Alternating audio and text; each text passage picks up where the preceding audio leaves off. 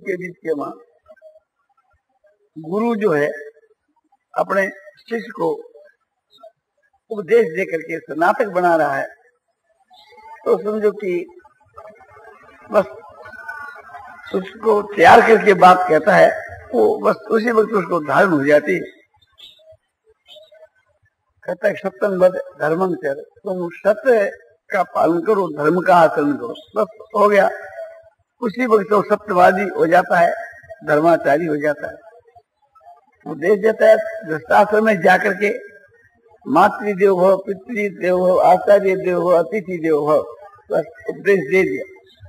माता को, पिता को, गुरु को, अतिथि को साक्षात देवता के समान मानने वाला तुम बन जा, बन गया, आशीर्वाद हो और आज्ञा हो, आज्ञा के मां यही बात। तो उस समय के बीच के मां जो आज्ञा दे देते, बस उनके वचनों में कितना है, कितना ओज भरा हुआ है कि वह तुरंत ही धारण हो जाती। तो वो बात तो हम लोगों में है नहीं तो हम आचार्य हैं और उन्हें उस प्रकार से हम लोगों की वो शक्ति है कि किसी को आशीर्वाद दे दें या वरदान दे दें। और उनका कितना स्पष्ट वचन है कि जो हमारे में अच्छी बात हो, शास्त्र के अनुकूल बात हो, तो उसका अनुकरण करना, और जो अच्छी बात नहीं है उसका अनुकरण नहीं करना। तो साहब कहते हैं कि हमारे में अच्छी बात भी है, बुरी बात भी है, तुम अच्छी बात को लेना, बुरी बात को नहीं लेना। तो इन सब उपदेशों को सुनकर के हम लोगों को ये शिक्षा लेनी चाहिए कि किसी में भी अच्छी बात हो तो लेनी। दत्तात्रेय जी ने भी हमारे को पढ़ा कि उन्होंने समझो कि आकाश, वायु, तेज, जल, पृथ्वी, सूर्य, चंद्रमा आदि जितने जो ये अपने पदार्थ हैं, उनमें जो गुण थे वो लिए, अवगुण का पर ख्याल नहीं था। तो हम लोगों को भी गुणग्राही होना चाहिए, किसी में भी हो, जड़ हो कि चेतन, सब में गुण, उनके गुण लेने चाहिए।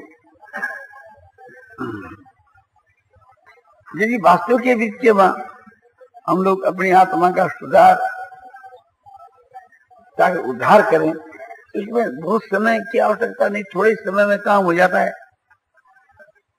जैसे एक प्रकार से व्याख्यान सुना कि गीता का उपदेश सुना कि त्रिविधं नरके सेदन द्वारं नाशन महात्मन काम क्रोध तथा लोभ तस्मात् एतत् त्यजेत्। भगवान अर्जुन को कहते हैं कि काम, क्रोध और लोभ ये तीन साक्षात नरक के द्वार हैं, ये आत्मा का पतन करने वाले, नरक में ले जाने वाले। इसलिए अर्जुन इन तीनों का तुम त्याग कर। तो अर्जुन को निमित्त बना करके भगवान ने गीता का उपदेश सारी दुनिया के लिए दिया है, हम सब के लिए दिया है। हम उनको भगवान का वचन मान करके हमारे लिए भगवान का वचन मान उसका पालन करें, तो जो लाभ अर्जुन को होगा वही हम लोगों को। तो हम भगवान के वचनों का आदर कहाँ करते? तो हमको आदर करना चाहिए, नहीं तो आत्मा का उद्धार तो शीघ्र ही हो सकता है। ये श्लोक पढ़ा, धारण कर, बस आज से काम, क्रोध और लोभ ये हमारे में दर्शन करने के लिए नहीं मिले, काम खत्म हो गया। काम और क्रोध और लोभ का त्याग कर दिया, अर्जुन के लिए नहीं, सबके लिए भगवान ने कहा। तो जो त्याग कर देता वो लाभ उठाता है। इसी प्रकार से गीता के मां जो बातें सुनाई गई है अर्जुन को और आज्ञा दी गई है अर्जुन को, तो भगवान जगह जगह ये कह देते हैं कि अर्जुन ये मेरा सिद्धांत, मेरा उपदेश, इसको जो भी व्यक्ति धारण करता है, समझा, वो इस कर्मों के बंधन से एकदम सदा के वास्ते छूट जाता, मुक्त हो जाता। और जो पुरुष नहीं धारण करता है तो उसको तुम समझो कि जल्दी उसका विनाश जाता है, उसको नष्ट रह जानो। तो ये बात भगवान कह रहे। और देखते भी है जो भगवान की बातों को नहीं मानता उसका पतन होता देखते हैं।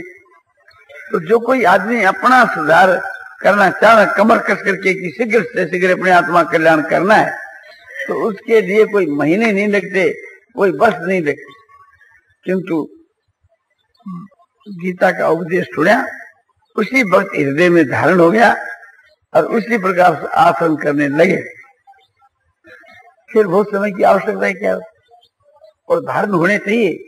भगवान के वचन है इसलिए धारण होने चाहिए, और हमारे परम हित की बात है इसलिए धारण होने चाहिए। भगवान ऐसी बात कही है कि जो शास्त्र संगत है, जुक्ति संगत है, उससे बढ़कर और क्या चाहिए। फिर धारण न करने के बीच में हमारी मूर्खता सिद्ध होती है, हमारी अश्रद्धा कायम होती है, हमारे प्रेम का अभाव कायम होता है। तो उद्धार हुआ ही पड़ा है, विलंब क्या है। हम लोगों में जो बैठे हैं बहुत से भाई गीता का पाठ करते, मूल का अर्थ का भी करते,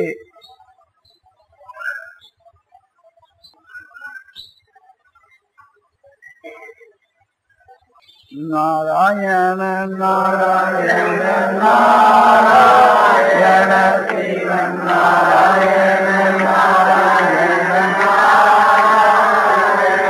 श्रीमन नारायण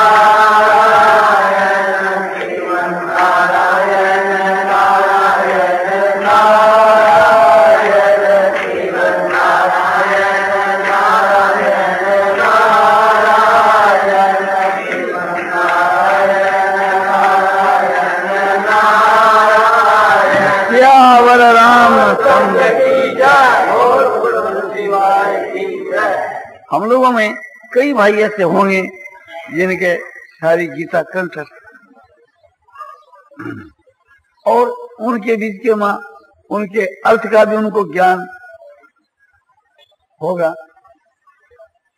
किंतु याद रखना चाहिए कि जब तक वो हृदय का मां धारण नहीं की जाती, कार्य में नहीं लाई जाती, तब तक उसका पूरा लाभ उसको नहीं मिलता। लाभ तो मिलता है, अर्थ के ज्ञान से भी लाभ मिलता है कि अर्थ का ज्ञान होगा तो कभी उसका विशेष ज्ञान भी हो सकता है और उस धारण भी कर सकता है, वो काम में भी ला सकता है। तो ये भी उसकी गीता में भक्ति है, जो गीता को कंठस्थ करता है, उससे भी वह पुरुष श्रेष्ठ है जो गीता के अर्थ का ज्ञान है, और उससे भी वह श्रेष्ठ है जो गीता को अपने हृदय में धारण करता है कि इस मुझे मैं करूंगा, ऐसा मन में धारणा करके उस श्लोकों को अपने हृदय में अपने धारण करता है, उनके अर्थ और भाव को। और उससे भी वो श्रेष्ठ है कि जो उसको काम में लाता है, और उससे भी वो श्रेष्ठ है कि काम में ला करके और निष्काम भाव से लाता है। इसकी कहने की तो आवश्यकता यूं नहीं है कि भगवान का कहना तो निष्काम भाव से काम में लेने के लिए है, खलासा के लिए बात कही जाती है। श्रद्धा भक्ति पूर्वक के यदि निष्काम भाव से गीता का एक श्लोक का पालन किया जाए तो उससे कल्याण हो सकता है। ऐसे 2 से 33 श्लोक हमने छांटे, और है तो बहुत से, दूसरे श्लोक की सहायता लेने से तो ऐसे और बहुत से श्लोक हैं, किंतु किसी भी श्लोक की सहायता नहीं लेकर के केवल एक ही श्लोक को हम ले रहे तो ऐसे सैकड़ों श्लोक गीता में हमको मिलते हैं। उनमें एक श्लोक का हम धारण के लिए तुम्हारा कल्याण हो सकता है, और फिर हम उस कल्याण से वंचित है तो क्यों है कि उसको पढ़ते हैं, सुनते हैं, समझते हैं, किंतु धारण नहीं करते। और धारण करना ही असली समझ है। एक एक श्लोक कल्याण करने वाले, मुक्ति करने वाले, किंतु दुख की बात है कि प्रकार से गीता का हम पाठ करते हैं, अर्थ को समझते हैं, किंतु फिर भी उसको धारण करके काम में नहीं लाते। यही हमारे लोगों के वहां कमी है। श्रीमन नारायण नारायण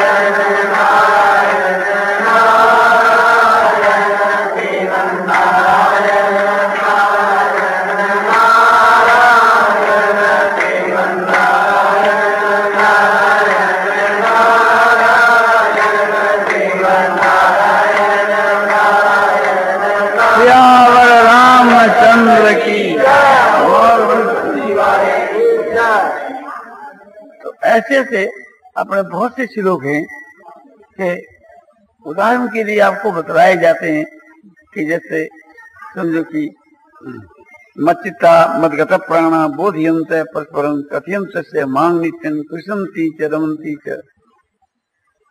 ये भगवान ने गीता की 10वें अध्याय के 9 श्लोक में कहा, मच्चिता जिनका मेरे में चित्त है वो मच्चिता, मदगत प्राणा जिनका मेरे लिए जीवन है मदगत प्राणा, बोधयंत परस्पर के वहां एक दूसरे को मेरे गुण प्रभाव तत्व रहस्य को जनाते रहते हैं। बोधयंत परस्परम कथयंत से मांग नित्यम, और मेरे गुण प्रभाव तत्व रहस्य की बातों को मेरे भक्तों में कहते हैं।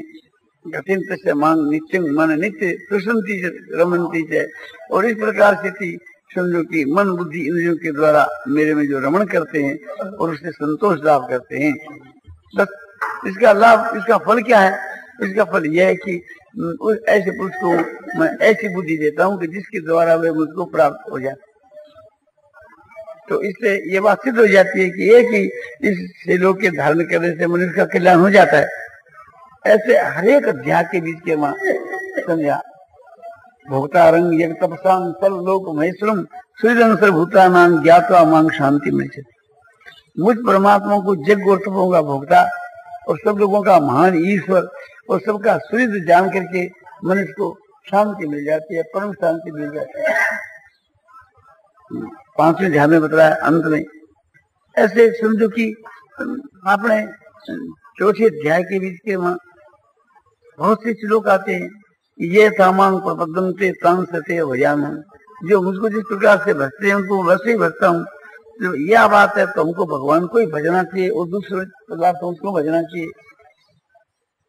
और ये भी कि भाई एक प्रकार से तद्विधि प्रणिपाते ने परिप्रश्न सेव्या उपदेश संति तेज्ञान ज्ञानी तत्वदर्शी ने तत्मान उस ज्ञान को ज्ञान तत्वदर्शी महात्माओं के पास में जाकर के वे तेरे को ज्ञान का उपदेश देंगे। क्या करने से?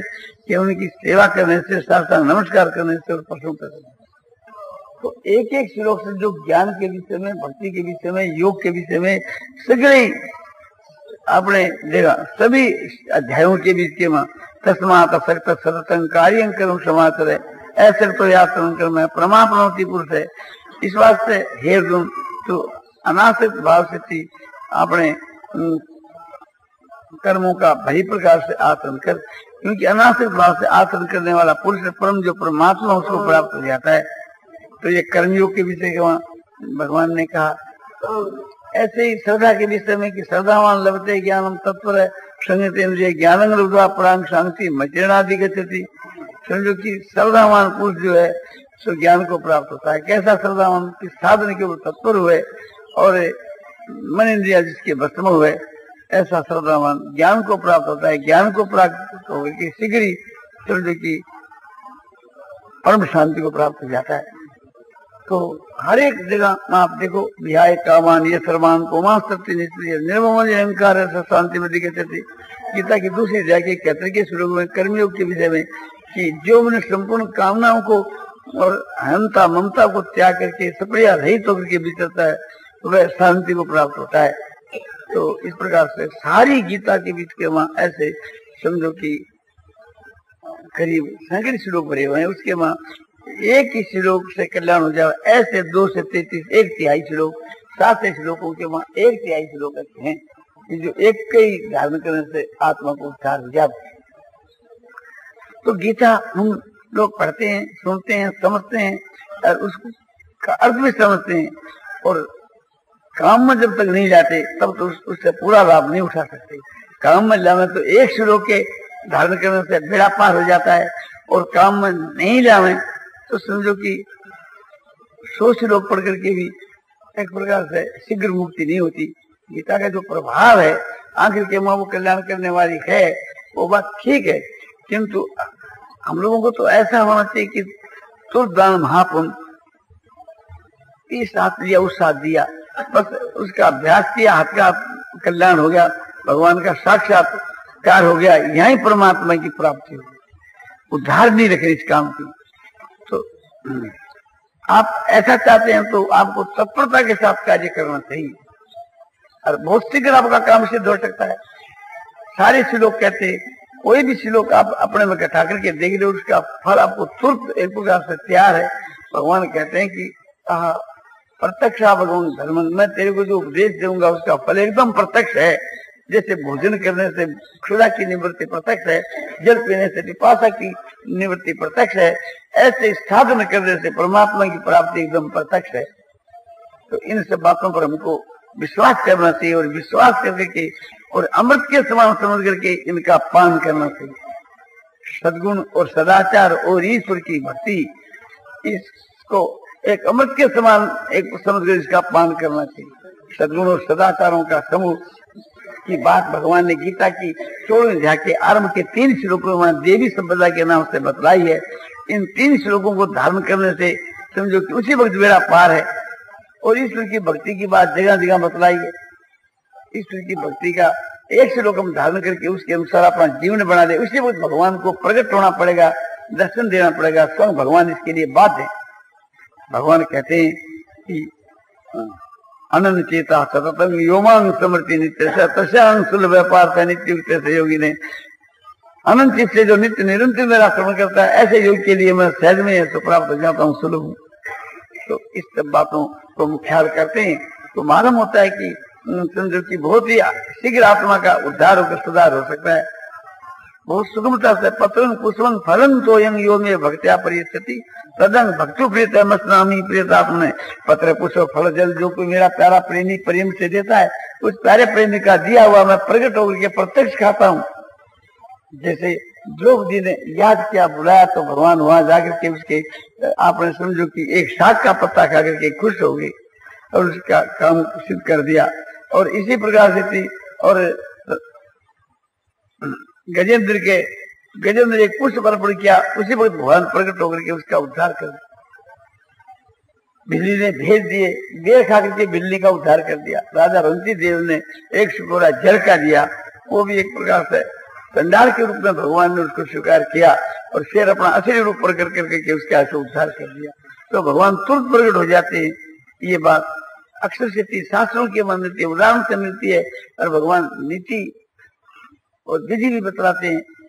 तो फिर हमको विश्वास करना चाहिए। विश्वास करके हम साधन करें तो बहुत जल्दी अपना परिवर्तन हो सकता है। तो अब ये सब गीता के श्लोकों के अनुसार अपना जीवन शीघ्र बनाना चाहिए और वो उसको अमृत के समान समझो उसका नित्य पान करना चाहिए। असली अमृत है, देवताओं का अमृत असली नहीं है, उसे तो फिर वहां से पतन हो जाता है। किंतु ये जो असली जो अमृत है, ईश्वर की जो भक्ति है, ज्ञान है, वैराग है, सदाचार है, ये जो अमृत है, इसके पान करने से सदा के वास्ते मुक्त हो जाता है।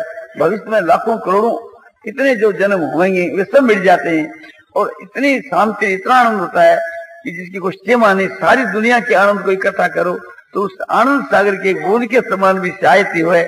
और उस आनंद सागर की जो प्राप्ति हो जावे, इतना आनंद की प्राप्ति हो जावे, तो उससे बढ़कर क्या है। तो ये कोई गप नहीं मारे गए हैं, शास्त्रों में जो बातें कही गई है तो आपने सत्य है, युक्ति संगत है, शास्त्र संगत है, महापुरुषों के वचन है, ऐसा समझ करके अपना जीवन, बचा हुआ जीवन इसके प्राण कर देना, ये हमारी प्रार्थना है। समय तो हो गया, 1 घंटा अंदाज एक प्रकार से करीब हो गया है। नारायण नारायण नारायण श्रीमन नारायण नारायण श्रीमन नारायण नारायण नारायण नारायण श्रीमन नारायण नारायण नारायण नारायण श्यावर रामचंद्र की तो अच्छे अच्छे जो व्याख्यान दाता थे ये तो एक प्रकार से गए, वो जा रहे हैं। समझो कि भाई हनुमान प्रसाद पोदार वे चले गए, सोनान जी चले गए, स्वामी जी रामसिंह जी महाराज जा रहे हैं।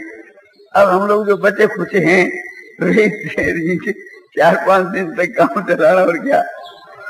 तो ऐसा ही विचार किया जा रहा है कि आपने सत्संग यहाँ से 1 बजे आरंभ होती है, तो 1 बजे से 1 घंटा आपने 2 बजे तक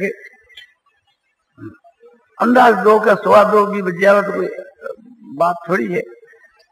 व्यास जी महाराज कहें और उसके बाद के बाद 2 से 3 तक डूंग जी घुर जी ये कहें।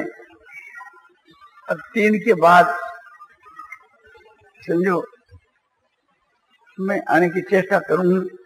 10-15-20 मिनट देरी हो जावे तो वे थोड़ी और भी 3 का 3:15 भी कहते रहे, कोई आपत्ति नहीं, क्योंकि स्वामी जी नहीं है तो स्वामी जी की और मेरी दोनों की टेम फिर मने अपने समझो कि क्या करे जाए, समझा। तो भाई लोगों से ये कहना है कि एक प्रकार से कोई बात एकांती करे तो ऐसे सत्संग के आकर कर ले में तो और भी लोग सुने, सबके फायदे की बात हो। और कोई व्यक्तिगत ऐसी बात हो तो कोई उसके वास्ते कोई मनाही नहीं है, वो अपने एकांत में भी कर सकते हैं, उसके वास्ते कभी मनाही नहीं है। दूसरी बात यह है कि चिट्ठियों का जो काम है वो जल्दी हमारे से सार लिया जाए। जैसे परसों के दिन थोड़े ही समय में सार लिया था तो एक प्रकार से हमारे को व्याख्यान में अधिक टेम मिल जाए। हमारी टेम 3 काम में अधिक जाती, या व्याख्यान देने में, या चिट्ठियों का उत्तर लिखाने में, और भाइयों से बातचीत करने में। और तो समझो कि खान पान सोने में जाती है, वो तो कोई काम के नहीं, वो तो एक समझो कि फालतू कहते हो, अच्छे शरीर निर्वाह के लिए कहते हो, सोना भी पड़े, नहीं सोना तो बीमार पड़ जावे, खाना पड़े भी नहीं खाना तो मर जावे। तो ये तो लोग एक शरीर के लिए करना ही पड़े, उसके बीच वहाँ कोई विशेष काम क्या होता है, वो तो एक अपने शरीर की कायमी के लिए है। उसके स्वाद जो टेम है ये एक प्रकार से टेम है। और तो क्या कहें, तो अब अपना समय और तेजी से बिताना चाहिए।